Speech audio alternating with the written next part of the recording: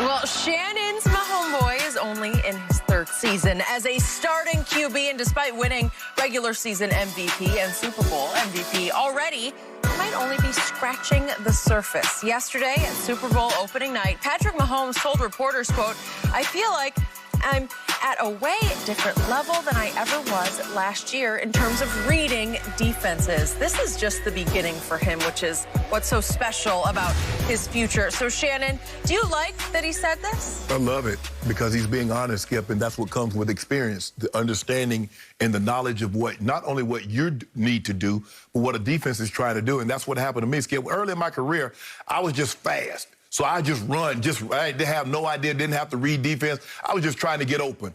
And then once I understood what a coverage was and what they were actually trying to do and where they were weak at and how I could manipulate them with certain movements, it's like, this is stealing. This is too easy. And you see with him, Skip, he played in the run and shoot. Skip, and I'm not to miss the run and shoot. But guys are just running scot-free. At Texas Tech. Texas Tech. They're not reading the whole bunch. And because it came so easy, Skip, he didn't even get a chance to grow. He's like, this is easy. I got 50 touchdowns and 5,000 yards my first year starting. And he's like, well, damn. I mean, and that's why you hear a lot of guys say, man, college was harder than the NFL. But once he started, he broke it down, and he started like, okay, this is this coverage. Now, if I do this, I can get him to move there, and then I can hit Tyreek over here for a big play. Or I can manipulate them into thinking I'm going to Tyreek, and I can find Kelsey, or I can find Watkins. So that comes with experience. And as you look at Brady, that's why I say it's hard to fool Brady. Because he's seen everything. You can line up in one thing. Oh, I know you're going to cover two. I know you're going to quarters. I know you're going to play 22-man. I know you're going to play trail or kick coverage. Yep. So as he gets older, he's only going to get better. He's going to be seeing everything.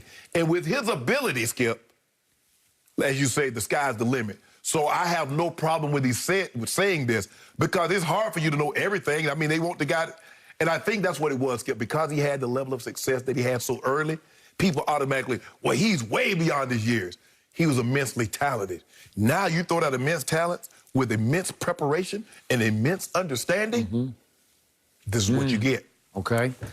So I love that he said this for the Bucs' sake because I thought it was a little over the top cocky, but that's who this young man is. That's part of his psyche. It's part of his aura. It's part of his body language. He has swagger to him, and he is feeling himself. He's actually feeling himself coming of age. So I get why he said it. It's just pretty surprising to me that he would go that far to say, I feel like I'm at a way different level than I even was last year. Yeah. Okay, is he trying to intimidate the Bucs defense? Because I don't think that'll work. No, but you remember, Skip, on the shop, he said he didn't understand how to read defense until halfway through last season. Okay. I think that came out in February or March of this year, 2020, when he was in the shop, and he was talking about his understanding of defenses. Okay. But we've heard references last week to Tom Brady is one of the best, if not the best, which I thought was a little bit dismissive of Brady.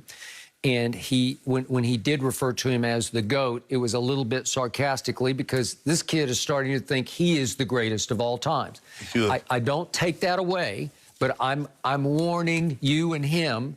It can be dangerous because, I'll say it one more time, you did win your first Super Bowl, but you were a little shaky in that game. Down the stretch, you did throw that late third quarter interception, the early fourth quarter, and you trailed 20-10 mid-fourth quarter.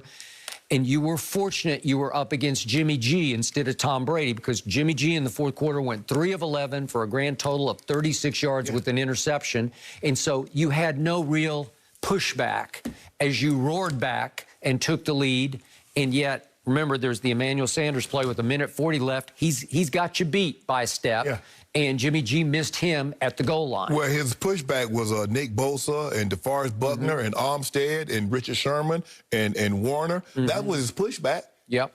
Well, okay, so he did that, but he almost didn't do it with the 2 interceptions. They could have been game losers if Jimmy G had leaped upon the opportunities that he was given to extend the lead, but he could not do that. Okay, so I'm just putting this in perspective.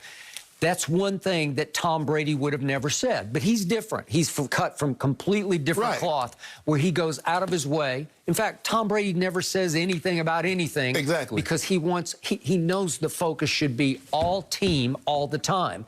And after a while, it wears me out to listen to Brady because he rarely says anything that is repeatable or memorable. Exactly. For us to talk about. But I think the thing is, Skip, what he's saying is that my understanding of my job and what they're trying to do against me is light years from where it was last year. This is not taking anything from the team. This is the reason why the team is here. It's like because my knowledge, my understanding of what I need to do and what they're trying to stop me from doing, it's almost like, Skip, he doesn't throw any blind passes. It's like he gets off key and he remembers like where everybody's supposed to be. And now it's an off-balance throw where he's back across his body, but he's hitting Kelsey, or he's hitting Tyreek, or he's hitting these guys. He understands. He doesn't miss very many blitz pickups. And he understands. I'm expecting a lot of zone blitzes in this situation, Skip, where they bring the two inside backers and they drop a D tackle or they drop JPP, because he's really good. He'll drop into coverage. He's pretty good at it. Because if you don't, you see they hit Tyreek on that quick slant. Now, you bring somebody and Tyreek catch a quick slant, you got the Dickens getting him down because he's got open field. So I think we're going to see some of that. I think that, look, you'll give him a little dose of this, a little dose of that, and see what you have success with. But Mahomes, his understanding and his the greatest thing that a quarterback can have is recall. Is that, okay, in this situation, I've seen 100 snaps, and in this situation, this is what you normally do. Now, I'm going to expect this. And that's the way Mike had us approach. He said, look, here's the printout. Mike Shanahan, head coach. Skip, this is the way we did it. He said, down in distance, in this area of the field, the 85% this. We're going to plan for this. And if they give us this and this, we'll react. But we can't get trapped knowing that this is what they like to do. Quarterback Tom Brady has tremendous recall. The great quarterbacks have tremendous recall. Brady, the Mannings, the Rodgers, the Elways, all these greats can recall situations just like that. You got to be able to think on your feet, Skip. It's not just good enough to recall it. Now, remember, JPP tried to tear your head off. Shaq Parrott tried to put his helmet in your back.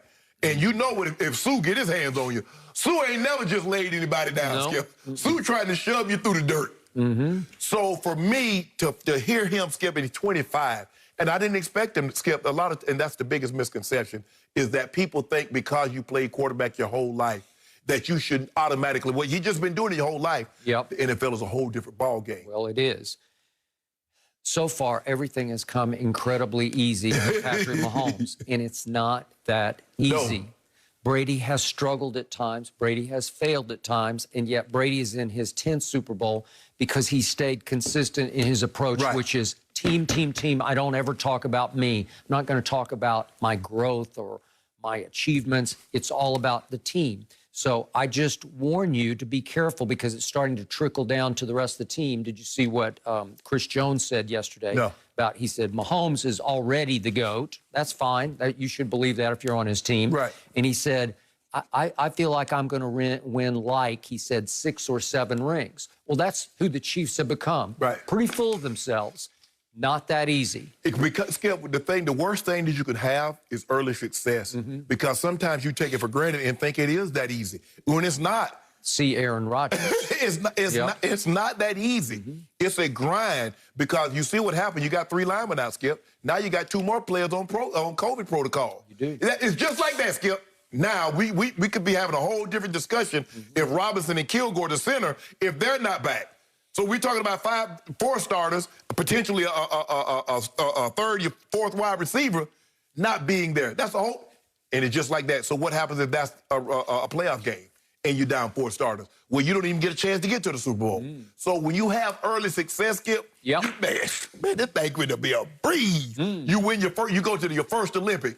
Oh, he 20 years old. Oh man, he gonna win like 3 or 4 of these things. Okay. Good luck. It's not that simple. Nope.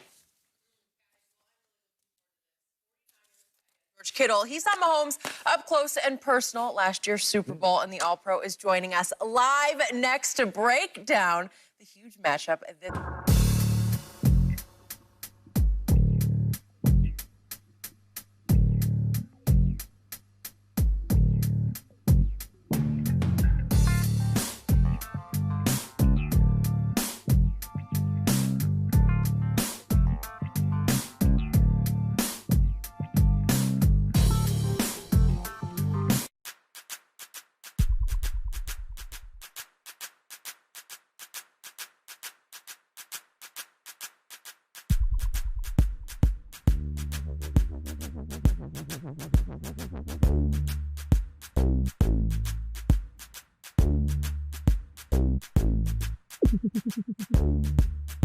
this young man is. That's part of his psyche. It's part of his aura. It's part of his body language. He has